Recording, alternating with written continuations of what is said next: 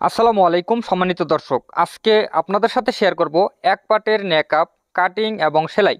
তো এই জন্য দেখেন এখানে কাপড়টা কিন্তু ডাবল আছে। এই কাপড়টা আছে মোট 24 ইঞ্চি পরিমাণ। এই পাশে থেকে মাপ দিয়ে আপনাদের দেখাচ্ছি, এখানে 24 ইঞ্চি কাপড় আছে। তো এই কাপড় দিয়ে আপনাদের নেকআপ তৈরি করে দেখাবো।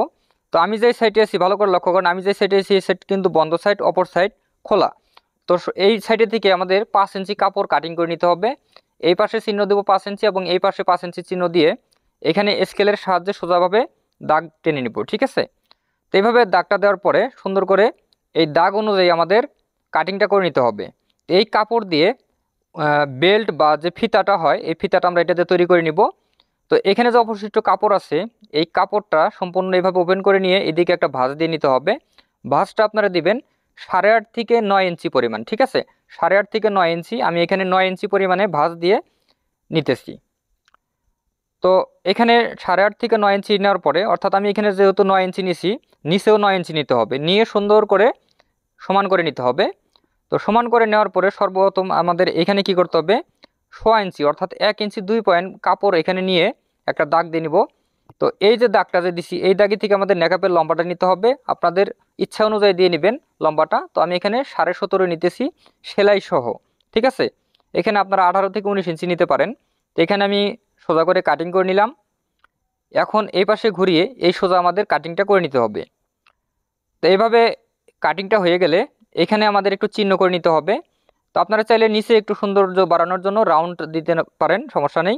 তো চাইলে আপনারা সোজা করেও কিন্তু তৈরি করতে পারেন। তো এই পর্যায়ে আমাদের নেকাপের অংশ কাটিং শেষ। তো এই যে প্রথমে যে আমি কাপড়টা কাটিং করেছি এটা হলো বেল্ট বা ফিতা বাঁধার জন্য। এটা আপনারা কিভাবে সেট করবেন এটাও দেখিয়ে দেবো। তো সর্বপ্রথম আমাদের যেটা করতে হবে, এই যে চিহ্ন আছে এই চিহ্ন অনুযায়ী প্রথমে এইভাবে ভাঁজটা দিয়ে নিতে হবে। তো চিহ্ন অনুযায়ী এইভাবে ভাঁজটা আমি দিয়ে নিলাম। ভালো করে লক্ষ্য করেন, এতটুকু পরিমাণ কাপড় নিয়ে। তো এটার মাথায় মাথায় একটা আমাদের এইভাবে ভাঁজ দিয়ে নিতে হবে চিকন করে। তো এইভাবে চিকন করে দেখেন আমি ভাঁজটা কিন্তু দিয়ে নিলাম। এখন এখানে এই ভাঁজ অনুযায়ী আমাদের সেলাই দিতে হবে। তো এখানে দেখেন এই ভাঁজ অনুযায়ী আমি সেলাইটা কিন্তু দিয়ে নিতেছি। তো দর্শক আপনারা এইভাবে সেলাইটা দিয়ে নেবেন। ঠিক আছে, তো এইভাবে সেলাইটা হয়ে গেলে ভালো করে লক্ষ্য করেন, একদম মাথায় মাথায় কিন্তু আমাদের সেলাই দিতে হবে। এইভাবে চিকন করে ভাঁজ করে সেলাইটা দিয়ে নিব। আপনারা যদি একবারে সেলাই দিতে না পারেন দুইবারে দিবেন, অর্থাৎ প্রথমে একটা সেলাই দিয়ে নেবেন চিকন করে, পরে মুড়িয়ে আর একটা সেলাই দিয়ে নেবেন। তো দর্শক আপনারা এই যে নেকআপটা আমি কাটিং সেলাই করতেছি, এই নেকআপটা তৈরি করতে গেলে আপনারা অবশ্যই বরকার কাপড় বা জর্জেট কাপড় দিয়ে তৈরি করবেন, তাহলে ব্যবহার করে সুবিধা পাওয়া যাবে। তো আমি এখানে কিন্তু পাতলা ভয়েল কাপড় দিয়ে কিন্তু আপনাদের দেখাচ্ছি। তো যাই হোক, এইভাবে আমি চিকন করে কিন্তু সেলাইটা দিয়ে নিতেছি।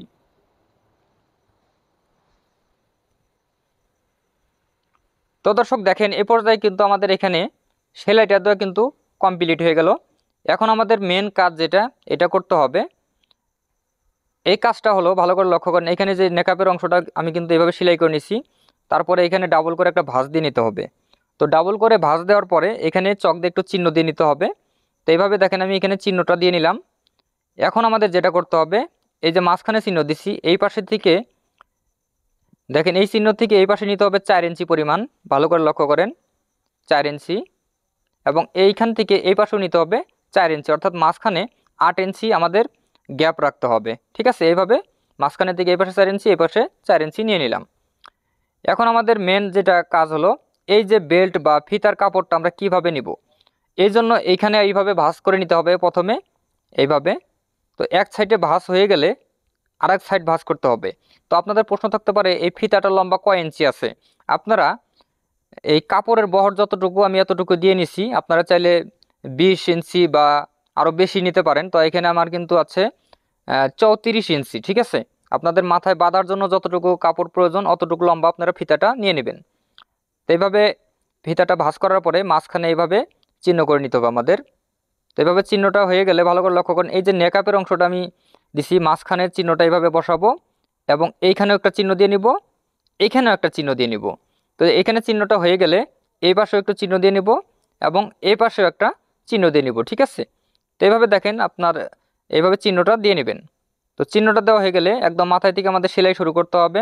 কিভাবে নেকাপের অংশটা আমরা এই ফিতার সাথে অ্যাটাচ করব ভালো করে লক্ষ্য করেন। এই যে চিহ্ন দিয়েছি, চিহ্ন পর্যন্ত আসার পরে এই নেকাপের কাপড়টা এটার ভিতরে হালকা করে ঢুকিয়ে দিতে হবে, সেলাইটা যেন আটক হয়ে থাকে। তো এখানে ভালো করে ডাবল স্টিচ দিয়ে নেবেন আপনারা, সুন্দর করে এইভাবে এই পর্যন্ত সেলাইটা প্রথমে নিয়ে আসবেন। তো আনার পরে এই জায়গাটুকু কিন্তু ফাঁকা রাখতে হবে, এই চিহ্ন পর্যন্ত, মাঝখানের চিহ্নটা বাদ দিয়ে পরের যে চিহ্নটা, এই চিহ্ন পর্যন্ত আসার পরে এই যে দাগটা আছে এই দাগটার সাথে এইভাবে মিল করে দিবেন। মিল করে এই পাশে সেলাইটা আমরা এইভাবে দিয়ে নিলাম। তো দেখেন এইভাবে এই চিহ্নটা দেওয়া হয়ে গেলে এই পাশে আমরা সুন্দর করে এইভাবে আটক করে দিব। তো এইভাবে আটকটা হয়ে গেল, এখন আমাদের এই পাশেও আটক করে দিব, ঠিক আছে। তো দর্শক দেখেন একদম সহজভাবে কিন্তু এই এক পার্টের নেকআপটা তৈরি করে নিতে পারেন। ভিডিওটি শেষ পর্যন্ত দেখার পরে অবশ্যই একটা লাইক, কমেন্ট, শেয়ার